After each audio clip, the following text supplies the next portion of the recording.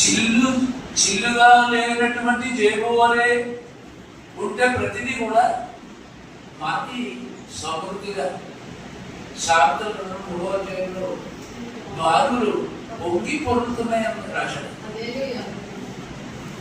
నీవు ధన్యుడు, నీకు మేలు పెళ్లి చేసేటప్పుడు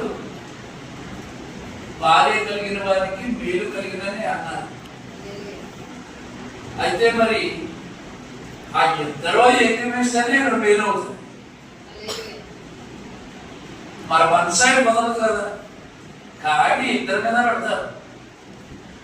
కాబట్టి ఆ కుటుంబం ఆ పెళ్లి కుమారుడికి ఆవిడ మేలుగా ఉండాలంటే పెళ్లి కుమారులోనూ ఉంది, పెళ్లి కుమార్తెలోనూ కూడా ఉంది. అంటే దేవుడు 3 పేటలు తాడు త్వరగా దిగిపోదనే దాంట్లోకి రావాలి.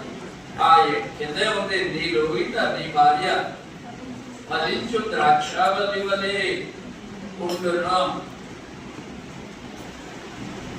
అప్పుడు భార్య ఎలా ఉండాలనేటటువంటి దాన్ని కూడా నడిపించడానికి బట్టి అది కూడా మగవాడి మీద పెడుతున్నారు. ఎందుకంటే యేసుక్రీస్తు దేవుని కింద పురుషుడు, ఆ పురుషుడు కింద స్త్రీ, అక్కడ లైన్ చెప్పారన్నమాట.